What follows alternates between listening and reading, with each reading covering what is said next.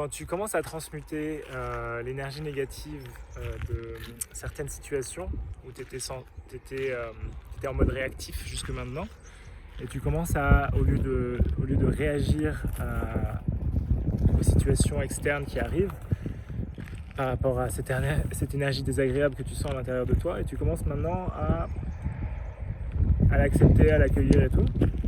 Désolé, il y a un peu de vent. Non seulement tu te guéris, et donc du coup tu vas plus ou de moins en moins avoir les mêmes situations qui se présentent dans ton expérience, parce que l'univers est un miroir et donc du coup il t'apporte les expériences dont tu as besoin pour te guérir. Mais en plus tu aides aussi les autres personnes quand tu es en mode non réactif, donc tu es dans l'amour, du coup tu es dans l'accueil. Tu aides ces autres personnes, en fait, tu leur fais justement effet miroir et tu les aides à guérir eux-mêmes aussi. Donc en fait, tu fais en sorte tu guéris l'univers d'une certaine manière, ou tu te connectes à un univers puisque tout existe déjà maintenant, donc c'est pas comme si tu guérissais vraiment quoi que ce soit, mais c'est plutôt toi qui fais le shift. Tu choisis un univers qui est plus en harmonie, et donc qui va refléter ton nouveau ressenti intérieur, ta nouvelle conception de toi-même. Donc vraiment, c'est dans ton intérêt de toujours chercher à guérir, à accueillir et à tout transmuter en amour. Et les choses peuvent vraiment aller vite. Moi, là, j'ai l'impression que je suis en train de me connecter à un univers de bisounours où les gens sont de plus en plus sympas. Et ça fait du bien, c'est agréable. Moi, c'est dans ce genre d'univers que j'ai envie de vivre, où on est en harmonie, on n'a pas besoin de se faire la guerre, on n'a pas besoin d'être en compétition les uns avec les autres. On a tous quelque chose à apporter, on a tous une vibration, une vision différente, on a tous des désirs différents. Ça, c'est un autre point aussi auquel je pensais aujourd'hui, les désirs, puisque on a tous des désirs, mais est-ce que tu acceptes vraiment tes désirs? Est-ce que tu as vraiment fait la paix avec tes désirs? Est-ce que tu t'autorises à désirer ce que tu désires? Puisque pendant longtemps, et encore aujourd'hui, je me rends compte que des fois il y a des désirs qui arrivent sous forme de peur, en fait, d'une certaine manière.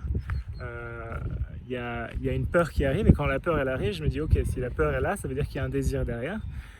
Et quand j'essaye de faire le shift pour me connecter à mon désir, du coup, au lieu de focaliser sur la peur, je dis ok, s'il y a cette peur, quel est le désir qui est associé à cette peur? Donc je fais le shift et j'arrive sur le désir, et là je réalise que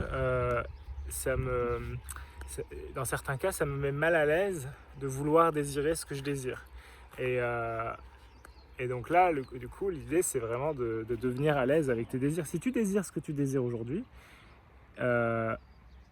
c'est ok, en fait. Tu vas pouvoir peut-être plus tard tu désireras autre chose. Peut-être que tu trouves que c'est dans l'ego ou quoi que ce soit, mais peu importe, en fait. Si tu peux ressentir de l'amour pour ton désir, ça veut dire que c'est un désir qui est pour toi aujourd'hui. Si tu peux pas ressentir de l'amour pour ton désir, ça veut dire que c'est pas un désir qui est pour toi, c'est un désir que tu penses que tu veux ça, mais en fait tu veux ça juste pour impressionner, ou tu veux ça pour te venger, en tout cas tu veux ça pour les mauvaises raisons. Là, dans ce cas-là, tu vas pas pouvoir ressentir de l'amour, tu vas sentir le contraire, tu vas sentir une sorte de tension, une sorte de un truc, je dois avoir ça, comme ça je vais pouvoir prouver à tout le monde que j'avais raison, que machin et tout. Ça, c'est pas vraiment des désirs qui sont là pour toi, et ça va que continuer à te faire du mal et à propager plus de souffrance. Donc par contre, effectivement, ouais, si tu désires quelque chose et que tu ressens, tu te dis ah, qu'est-ce que ce serait bien si j'avais ça, et je me sens en paix, je me sens en harmonie, et puis c'est du win-win-win, c'est pour tout le monde, c'est win pour moi, c'est win pour mes clients par exemple, c'est win pour le monde entier. Et là, c'est vraiment les désirs que tu as envie de cultiver, tu as envie de t'autoriser à avoir ce genre de désir, quoi. Si c'est une grande maison, si c'est une grosse voiture, par exemple, j'avais cette conversation aussi il n'y a pas longtemps où il y a cette idée avec les voitures, attention, il ne faut pas avoir des voitures qui polluent, tout ça. Donc maintenant, on s'interdit tout, quoi. Si on est dans la spiritualité, en fait, on n'a pas le droit, en fait, d'avoir des trucs qui polluent, parce que c'est pas spirituel. Moi, je m'en fous en fait, je t'avoue. Je pense pas que ce soit une bonne idée de se frustrer si tu as vraiment envie de quelque chose en se disant ouais mais ça pollue trop, il faut pas. Non, en fait l'idée c'est d'aller vers un monde où on va régler ces problèmes en fait, se connecter à ça. C'est que tout ça, si les voitures polluent aujourd'hui, ok, c'est le cas, mais on est en train de trouver les moyens justement pour aller vers des énergies complètement propres et, infinies aussi, hein, comme c'est Tesla qui voulait offrir ça au monde. C'est cette, cette énergie pour tout le monde gratuitement à l'infini. Et je pense qu'il y était peut-être arrivé, peut-être qu'il n'était pas loin. Apparemment, en tout cas, il y a le gouvernement qui avait pris toutes ces recherches et tout, qui avait saisi toutes ces recherches au moment de sa mort. Donc on saura peut-être jamais, on verra.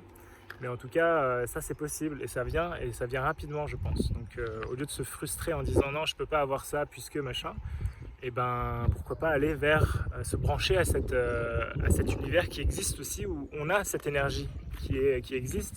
L'énergie elle est partout autour de nous, hein.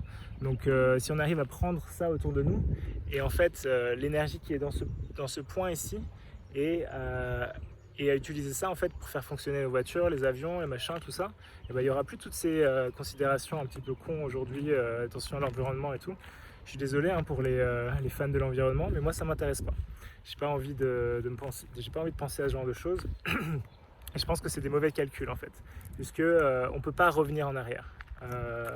On peut juste, par rapport au point où on est aujourd'hui, évoluer vers quelque chose de plus propre, de plus beau, de plus holistique, et laisser ceux qui veulent avoir les grosses voitures et tout avoir des grosses voitures, et ceux qui veulent vivre dans la forêt vivre dans la forêt, sans juger les uns ou les autres. Mais moi j'aime les deux aussi, j'aime bien vivre dans la forêt, et j'ai envie d'avoir une grosse voiture, j'ai envie d'avoir une grosse maison et tout, et j'ai envie d'être ok avec ça en fait. Je commence à faire la paix en fait avec ça aussi, parce que moi aussi j'ai mon côté que c'est pas ok en fait d'avoir tout ça, et si moi j'ai ça et alors les autres alors et tout, et pourquoi moi je mérite ça et pas les autres, enfin bref. Mais ça va aider personne en fait si je reste dans si je reste dans le manque, si je reste dans je dois me serrer la ceinture ou quoi que ce soit, ça va aider personne. Alors que si je commence à incarner l'abondance et que je le vis et tout ça, je vais être un exemple pour les personnes qui veulent aussi aller dans cette direction. Donc voilà, du coup je suis parti un petit peu dans plusieurs directions aujourd'hui, et je pense que c'est le temps là qui m'inspire, hein. Moi ça, tu vois, ça c'est beau, ça m'inspire.